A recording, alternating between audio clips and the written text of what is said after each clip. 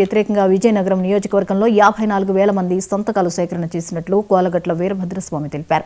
వైద్య విద్యా రంగానికి ప్రజలకు అందుబాటులోకి తేవాలనే ఉద్దేశంతో వైసీపీ హయాంలో 17 మెడికల్ కాలేజీలను తీసుకొచ్చిందన్నారు. కూటమి ప్రభుత్వం పేదలకు విద్య, వైద్యం అందకుండా చేసేందుకు కుట్రలు చేస్తుందని ఆరోపించారు.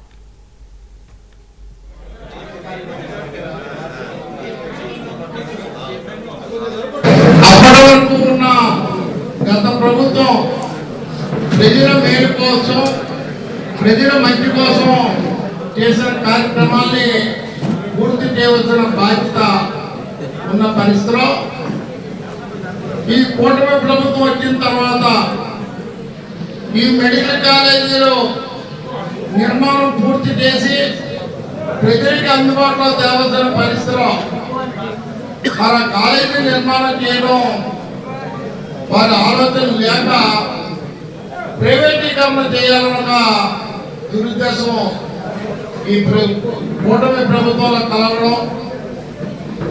ఏ ఆలోచనతో అయితే, ఏ ఉద్దేశంతో అయితే ఈ మెడికల్ కాలేజీలు తెస్తే మెడికల్ కాలేజీలకు అనుబంధంగా ఒక పెద్ద హాస్పిటల్స్, అంటే ఉదాహరణకి మన కేజీహెచ్ హాస్పిటల్ లాంటి స్థాయి హాస్పిటల్స్ పేద ప్రజానికానికి వైద్యానికి, ఉచిత వైద్యానికి పనికొస్తాయని ఒక ఆలోచన చేసిన జగన్మోహన్ రెడ్డి గారి ప్రభుత్వం, జగన్మోహన్ రెడ్డి గారు కానీ ఒక్కసారి ఆశ్చర్యానికి లోనై అప్పటి వరకు